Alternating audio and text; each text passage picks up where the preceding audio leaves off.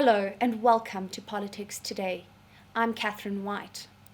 On today's show, we'll be discussing the importance of voting. We'll also talk about voter apathy amongst the youth. Finally, we'll be discussing the possible Vote No campaign as a form of political protest. Later, we'll be having a studio panel discussion with my co-host, Karen Muvumba. On the 8th of May, more than 26 million South Africans cast their votes for the South African national elections. But why exactly should people vote? The 2019 elections saw a sharp decrease in citizen participation, which set out to try and understand why or why not people participated in the elections. We started at Rhodes University campus, asking if voting is important. Voting is very important and it is vital for the democracy. I definitely believe voting is important because I do believe it's an effective platform for change. I really do believe that voting is a privilege. To be honest, my voting ideology is not so much that I'm wholeheartedly for any particular party, even the one I did vote for, but purely because I believe in promoting a strong opposition to whoever's ruling at the time, just for the democratic soundness of the country. In South Africa, I see that we have good political parties out there. We have good politicians who can do good things for the country and who are already doing good things for the country. In my view, the ruling party can still continue to rule. However, I also maintain that as long as the ruling party can score a lot of votes, it might not be a vibrant democracy. It won't be robust.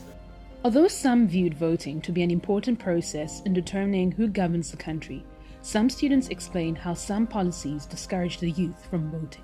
I didn't vote this year because I thought none of the parties really deserved my vote. So what I think about voting and the whole election process is much different from what I thought when I was younger. Because if I asked somebody whether they're voting or not and their response would be no, I would question them. I'll be like, your vote makes a difference. Why didn't you vote?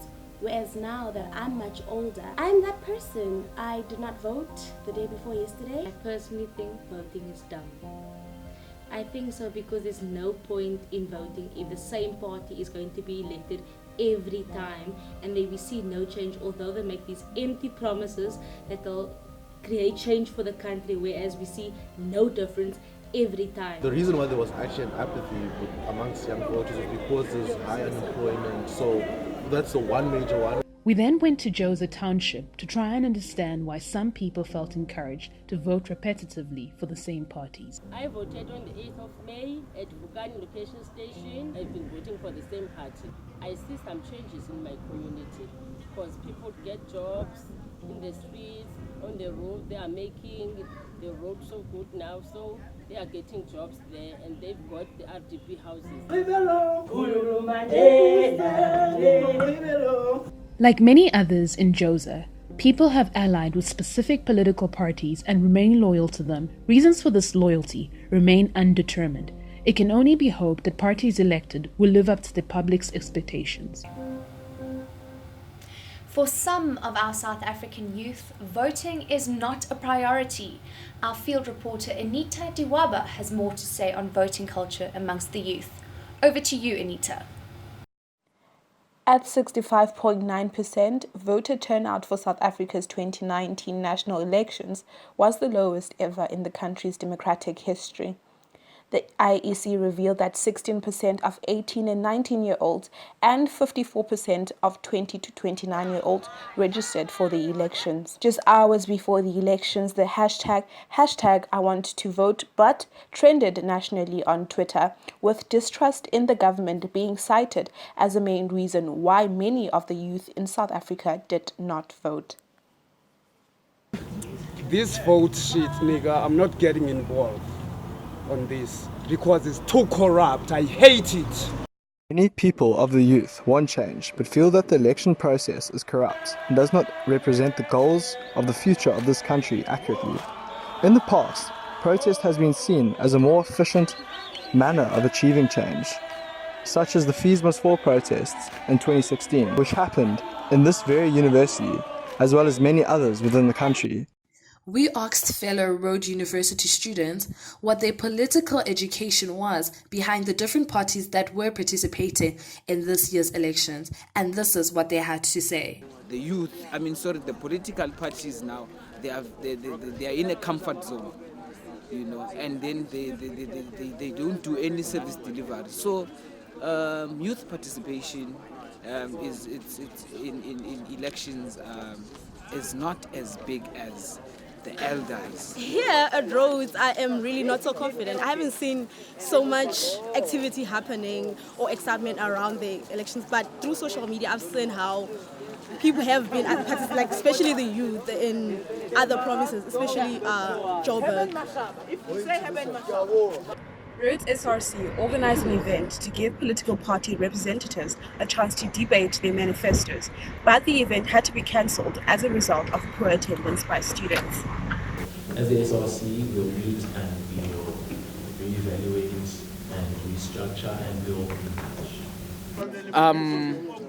It's a worrying fact that the youth are not involved in politics. Government has provided free higher education for the young people.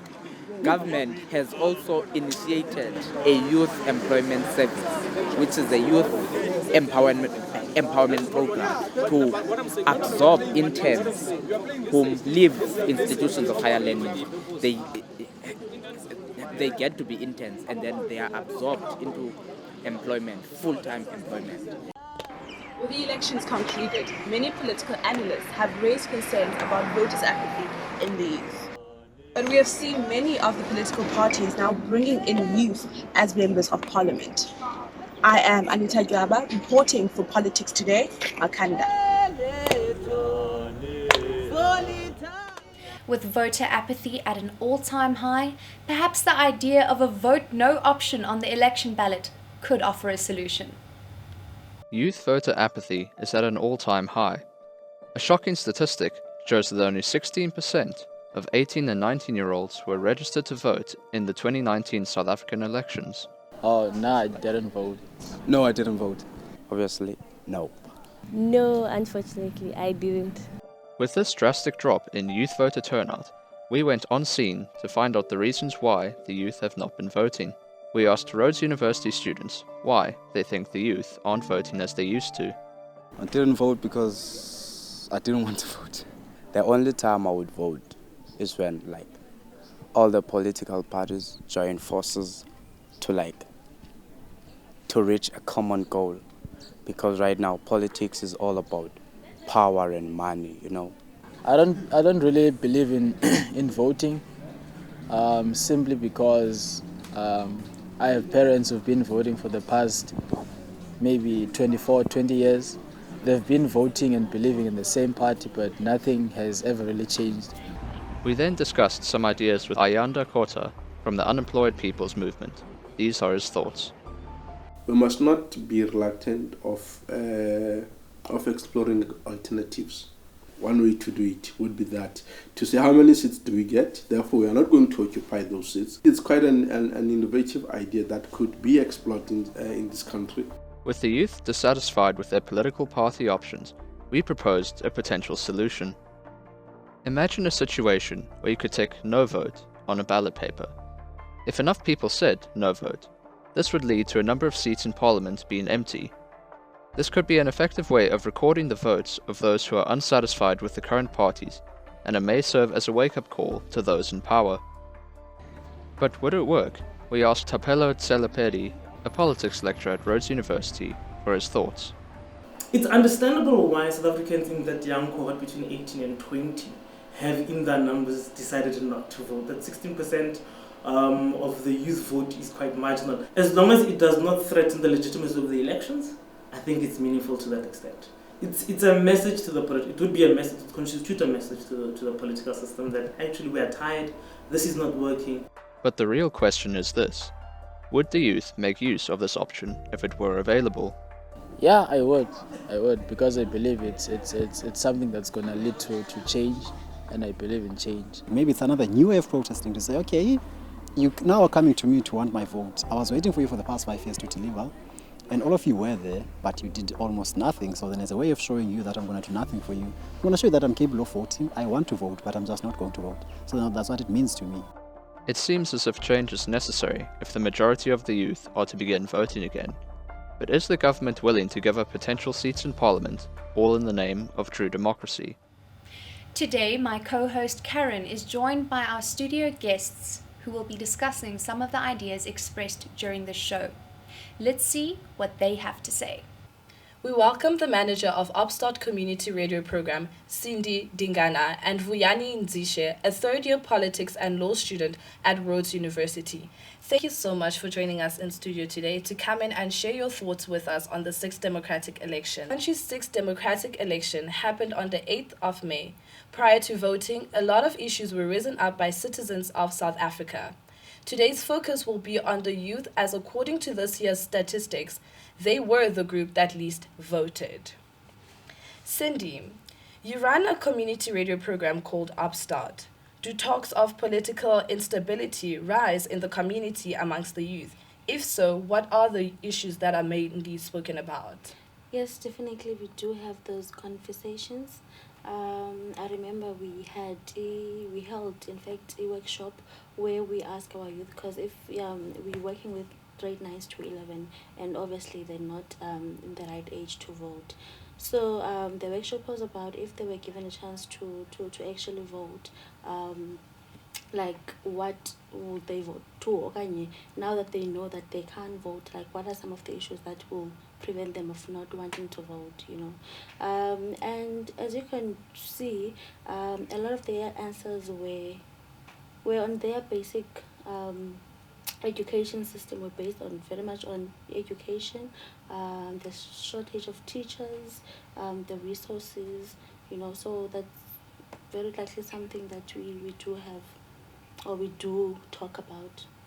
Right, and according to you both, do you see the government doing anything to fix the problems that the youth arises, such as lack of employment, sanitary pads being taxed, lack of housing, and so forth?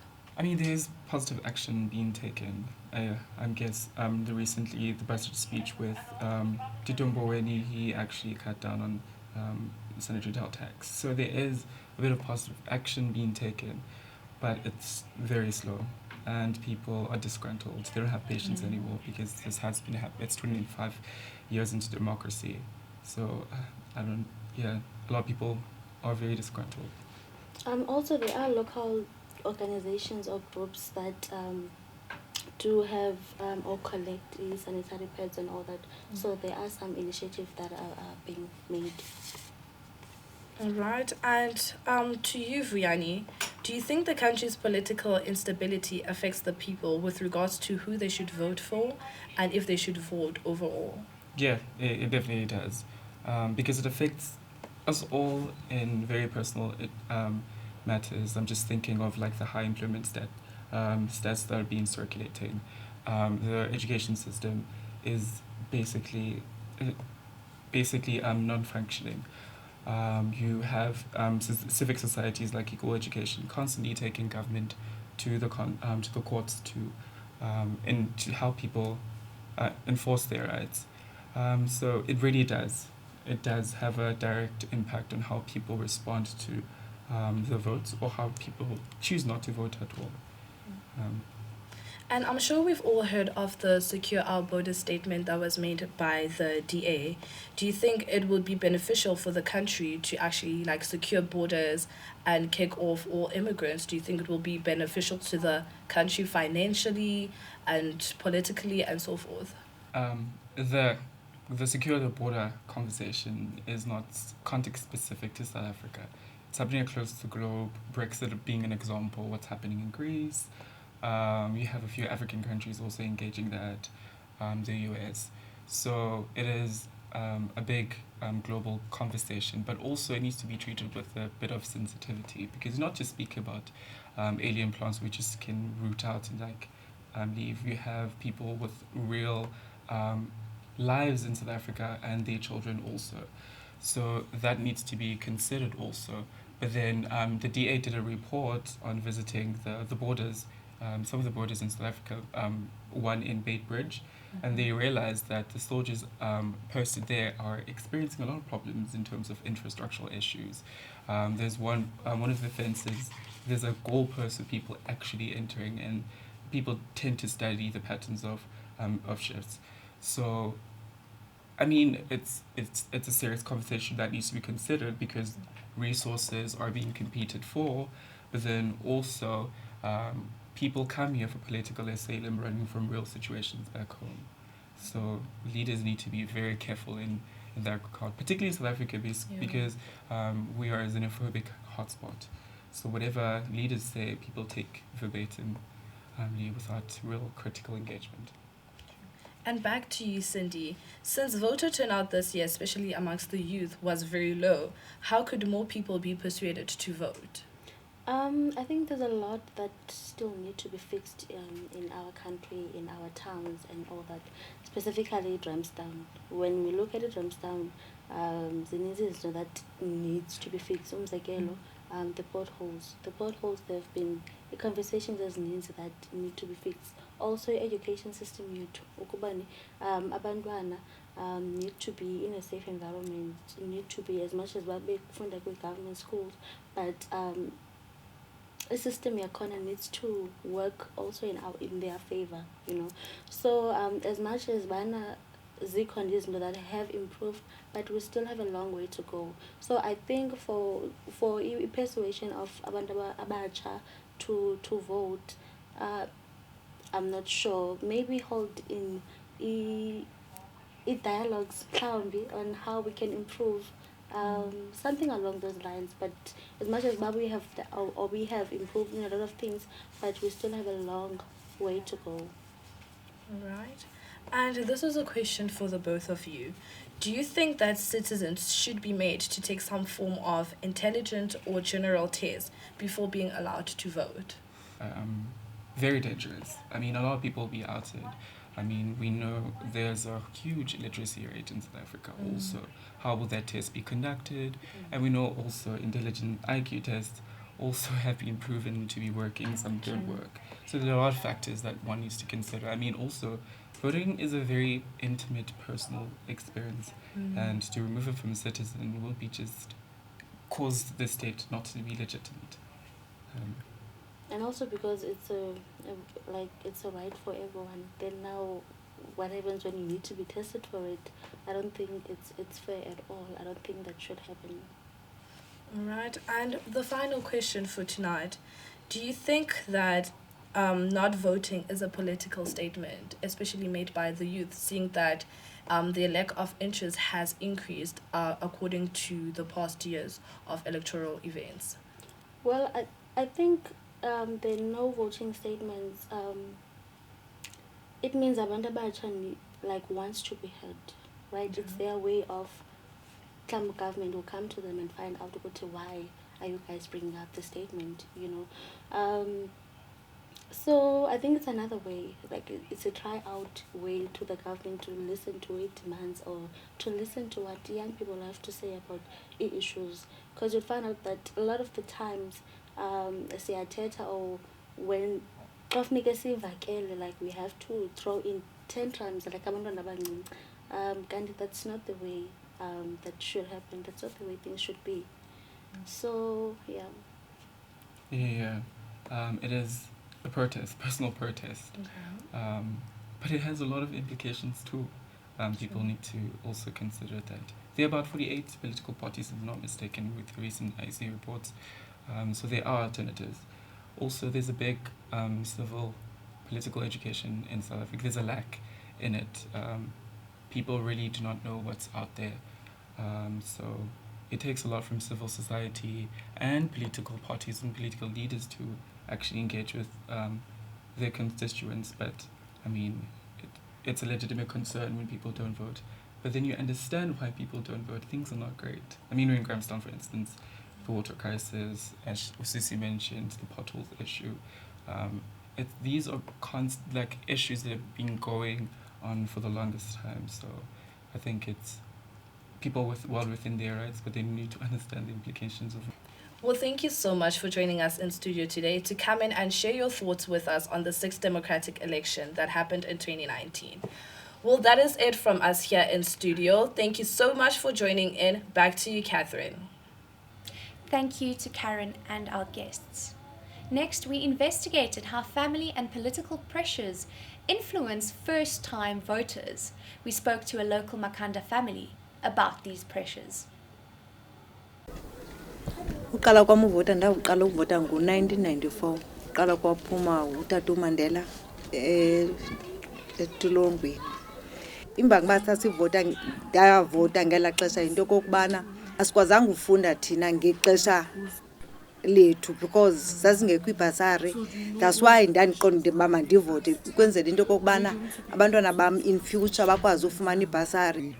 My mom was part of the marches that happened long ago, so to her it was very deep. She made us understand what is the reason for people to go and vote. Is if you sit at home and don't make an effort into changing the world into your perspective, then you don't have the right to complain about what the government is not doing, but because you had the chance to change that into your own perspective. Both generations agree that change is needed. But what is this idea of change? Is it the same idea for both generations? Or is the older generation casting their vote through the youth? Ubuya kwam ndafika usoso endilindile efuna i-ID yakhe engazi apha i-ID yakhe apha ikhoyo because wayenomdla uba makavote. Ndafumaniseka into yokuba uyalila ngalo lonke ixesha ungxamele uba makade ovote. In spite of the weather and the low turnout, Numunde and Soso braved the polls, taking a vote to ensure that change is achieved. However, was this experience what they expected? I am so happy that I actually exercised my rights for voting for the first time. I'm ecstatic and I enjoyed every second of it. Mna uqala kwami uvota ndandinomdla kakhulu kuba kaloku kwixesha esasiphila kulo ngeli xesha lengcinezelo le-apartheid. So ngexesha lethu lovota wonke umuntu wayenomdla okokuba makavotele leli qembu alifunayo. And ke kudala abantu wonke umuntu wayenomdla because ufumaniseka into kokubana imigca mide abantu xa bevota. Akufani ngeli xesha because ngoku sibambalwa abantu abaya kwi-voting station, but kwixesha lakuqala wonke umuntu wayephuma wonke umuntu ayokuvota. Bayasidisappointa kakhulu abantwana abancinci. Sibakhuthaza ngalo lonke ixesha into kokubana umntana makaphakame ayobe ku-ex wakhe ukwenzela into kokubana athi ndifuna le akazokwazi uba na-say because khangavote. We just choose for the sake of choosing. The older generation feels that the youth are apathetic to voting. But are they aware of why they feel this way? So I don't think that my political party that I voted for includes the interests of the youth. They are more based on old people and don't listen to concerns of the youth, so it does not. How do political campaign tactics alter public perception? We explore xenophobic policies amongst a political party. Take a look. I don't like the policy because I feel like it's very exclusive. The DA stands for policies that are apparently inclusive, and then how are you not including other people from African countries? They're causing a riot and they're asking for a riot, and I think that's not the best strategy to go for if you're trying to win an election. Just so exclusionary and just produces hate, and hate isn't a narrative we should be spreading in South Africa. So the DA's kind of election thing is pretty dangerous because South Africa has a history of xenophobia and violence. I just need to understand why and where it's coming from, and is this actually a solution or is this just a contingency for something else? In countries facing economic or social turmoil, nationals are forced to flee and seek asylum in search for better opportunities. Post-apartheid South Africa has been described as a melting pot, yet in recent years, this diversity has become a point of conflict, with the recent elections bringing forth controversial ideas such as the DA Secure Our Borders policy. This conflict has only been aggravated. However, Mlindi Nana, spokesperson for the DA, disputes these claims. Despite efforts from our competitors in the political space to brand us as being xenophobic, they've largely failed in their efforts. Mlindi Nana elaborates on what the DA means by the Secure Our Borders policy. So the DA says it can be that with our limited resources, you still do have borders as open as ours. Our brothers from the neighboring African countries come in as and when they like. Nobody knows how many Zimbabweans are in South Africa today, except a thumbsuck figure of about 2 million. And that is unacceptable. Laskau Sigauke, a Zimbabwean and salon owner, recalls a xenophobic attack on a close friend that has left him feeling fearful as a foreigner living in South Africa. We actually heard that someone was being cutted the fingers and stuff like that. Was someone from Ethiopia or something like that. And then the guy's shop was being like everything that was in the shop, they were taken by the people. Yes, the people who were among the xenophobia thing, whatever. Just down the road, Zimbabwean hairdresser Prosper Kanjega shares the same sentiments. Through conversations, I can still feel it, that it's still happening. Maybe it's not something that has been physical, but emotionally, I can say, yes, I have experienced it. Recently, Rhodes University held their annual international parade that celebrates the diversity of the institution. However, many international students still feel discontent. Well, I haven't exactly experienced it personally, but I know people would say comments like, why are foreigners here? Why can't they just go back to their own country? Things like that. My uncle did, because he works in South Africa, so he's been here for plus 5 years. And sometimes he's not promoted because even though he's qualified, he's not from here, and they want to promote someone who's a citizen of South Africa. With xenophobia still being a prevalent issue in South Africa, politicians need to take heed of the policies they create. That rounds up our show for today. Join us next time on Politics Today for your news in politics. Until then, good night.